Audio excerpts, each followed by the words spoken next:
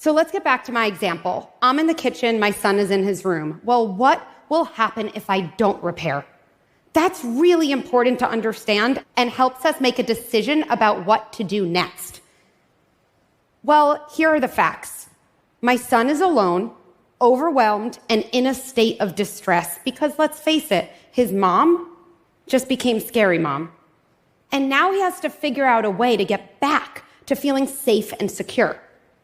And if I don't go help him do that through making a repair, he has to rely on one of the only coping mechanisms he has at his own disposal: self-blame. Self-blame sounds like this: something's wrong with me. I'm unlovable. I make bad things happen. Ronald Fairbairn may have said it best when he wrote that for kids, it is better to be a sinner in a world ruled by God than to live in a world ruled by the devil.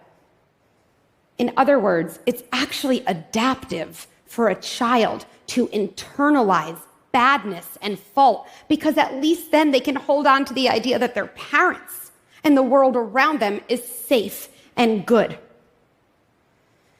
And while self-blame works for us in childhood, we all know it works against us in adulthood.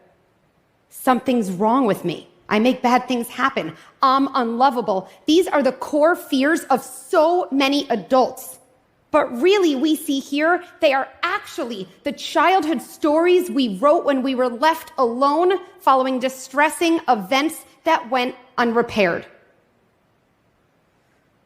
Plus, adults with self-blame are vulnerable to depression, anxiety, deep feelings of worthlessness, none of which we want for our kids.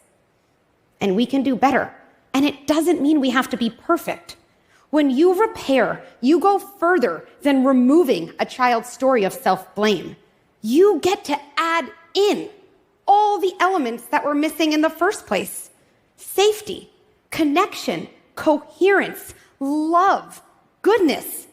It's as if you're saying to a child, I will not let this chapter of your life end in self-blame.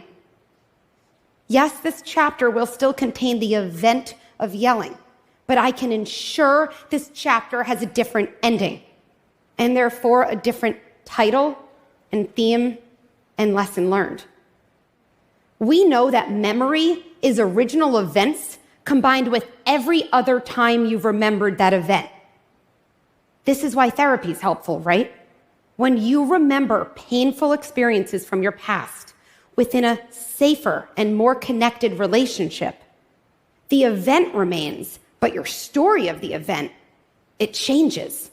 And then you change.